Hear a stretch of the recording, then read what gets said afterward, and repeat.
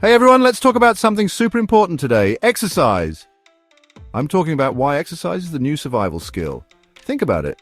Historically, humans had to hunt for food, build their shelters, and run from danger. Very strenuous. Fast forward to today, and technology has made life so much easier. We don't need to physically struggle to survive anymore. But here's the catch.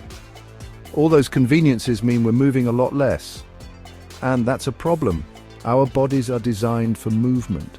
Without it, we face all sorts of health issues, so it's up to us to bring exercise back into our lives. It could be as simple as walking or cycling to work, taking the stairs instead of the elevator, or even shopping in person instead of clicking add to cart. And hey, if you enjoy it, join a group sport or hit the gym. Make it fun. Now let's dive into the neuroscience of it all. Exercise can help mitigate the aging process and improve treatments for mental health conditions and neurodegenerative diseases. Neuroscientists are studying how physical activity influences processes like neuroplasticity, which is your brain's ability to adapt and change. Keep watching to learn about the research and data behind these exciting claims. The most efficient way to take advantage of the benefits physical activity offers is to start in childhood. Naturally, children tend to be more active and playful, which is good considering the study done by Chaddock Heyman et al. In 2013, the effects of physical activity on functional MRI activation associated with cognitive control in children. Researchers predicted improvements in cognitive control, processing, motor control, and brain maturation patterns through changes to the prefrontal cortex and the anterior cingulate cortex. 23 9-year-olds were involved in this study, 14 of which composed the active group who participated in Fit Kids, an after-school program involving 75 minutes of physical activity a day for over 9 months. After 9 months, the active group showed significant improvement in reaction times and accuracy on the flanker task. Finally, fMRI results demonstrated a decrease in activation in the right anterior prefrontal cortex. Furthermore, post-testing showed anterior prefrontal brain activation patterns comparative to that of young adults, while control group testing showed no difference from pre-testing. In conclusion, the exercise program improved brain function in children, with clear maturation in cognitive control networks. These improvements could naturally lead to enhanced academic performance as long as the children continue to keep their activity levels high. On the other side of the coin, let's look at how exercise plays a role in healthy aging. The typical aging process is characterized by structural changes like a decrease in nerve cell bodies in gray matter and hippocampal volume reduction. Aging also affects functional changes in memory retention and processing speed. A study by G et al. In 2017 aimed to explore these changes with their experiments outlined in multiple neuroimaging measures for examining exercise-induced neuroplasticity in older adults. They set out to find how exercise would influence network connectivity in the striatum and posterior cingulate cortex, which could preserve brain volume in regions associated with memory and executive function. They had an exercise intervention group participate in a 6-week multi-domain training program using a Wii Fit. They performed 30-minute sessions daily with adherence monitored by research assistants. Researchers conducted fMRIs, identified existing gray matter volume using voxel-based morphometry, measured spontaneous brain activity using amplitude of low-frequency oscillation function, and neural synchronization using regional homogeneity. The results satisfied many of their predictions. Findings showed increased gray matter volume in several regions, including the posterior cingulate cortex. Volume preservation was evident in the striatum, while control group showed decline, suggesting protection against age-related brain atrophy. Other improvements were evident. Take a look. There's evidence of stronger network connectivity, changes correlated with improved attention, sensory and memory processing, and overall refined executive function and cognitive control. Amazing.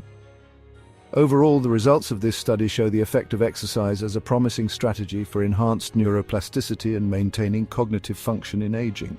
On that note, we should also explore the effects of exercise on neurodegeneration in Parkinsonian brains. Parkinson's disease is an age-related neurodegenerative disorder characterized largely by the accumulated loss of dopamine-producing neurons in the substantia nigra, leading to motor disruption. In a 2022 study, Johansson et al. Aimed to uncover whether physical activity can slow the progression of Parkinson's disease by improving brain connectivity, neuroplasticity, and functional outcomes. Researchers predicted that exercise would enhance corticostriatal connectivity, shifting reliance from the posterior putamen to the anterior putamen. Additionally, they hoped for evidence of reduced brain atrophy and structural integrity preservation.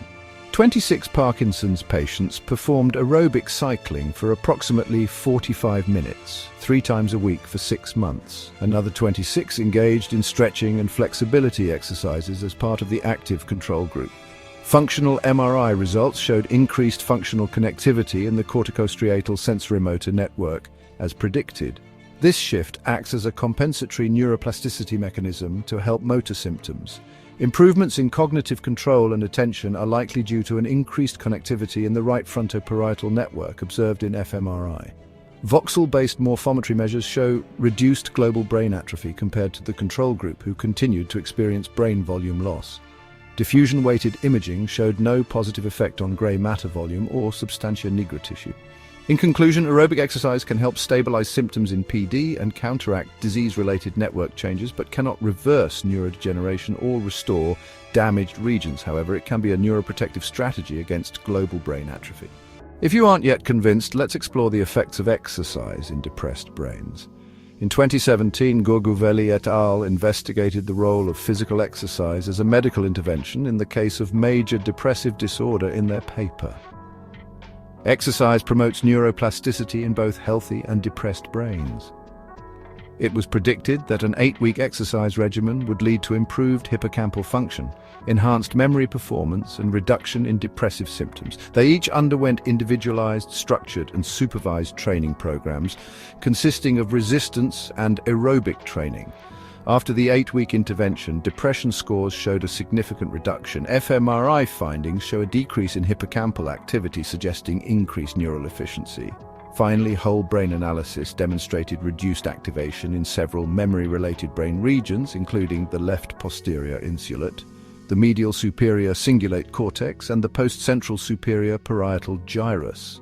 This evidence suggests increased cortical inhibition and improved cognitive functioning.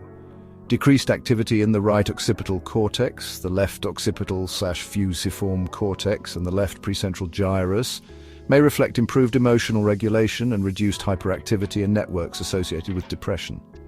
In conclusion, exercise intervention reduced depressive symptoms, reinforcing its role as an effective adjunctive therapy. To build on how exercise can mitigate mental health disorders, we will also explore its role in the brains of bipolar patients. Bipolar disorder is characterized by periodic intense mood fluctuations and also impacts a person's behavior, energy levels, and concentration abilities. In 2016, Metcalf et al. Studied the impact of working out in effects of acute aerobic exercise on neural correlates of attention and inhibition in adolescents with bipolar disorder. They studied 50 adolescents, 30 with BD and 20 controls. The exercise intervention required a single session of 20 minutes on a stationary bicycle at 70% max heart rate. It was predicted that participants with BD would show altered activation in executive functioning regions. Additionally, exercise was expected to produce a significant reduction in executive dysfunction symptoms. The fMRI results showed that BD patients exhibited typical patterns of deactivation in the rostral anterior cingulate cortex, similar to those demonstrated by the healthy control group, while they showed deficits pre-exercise. Accumbens activation showed increased inhibitory control. Additionally, in the ventral PFC, which is hypothesized to correlate with executive dysfunction, post-exercise activation and engagement were heightened, which indicates improved mood regulation and executive function mechanisms. In conclusion, acute exercise can have impactful differences in the brain of a BD patient, as its effects on the brain showed to compensate for certain deficits and brought their performances closer to that of a healthy, unaffected brain.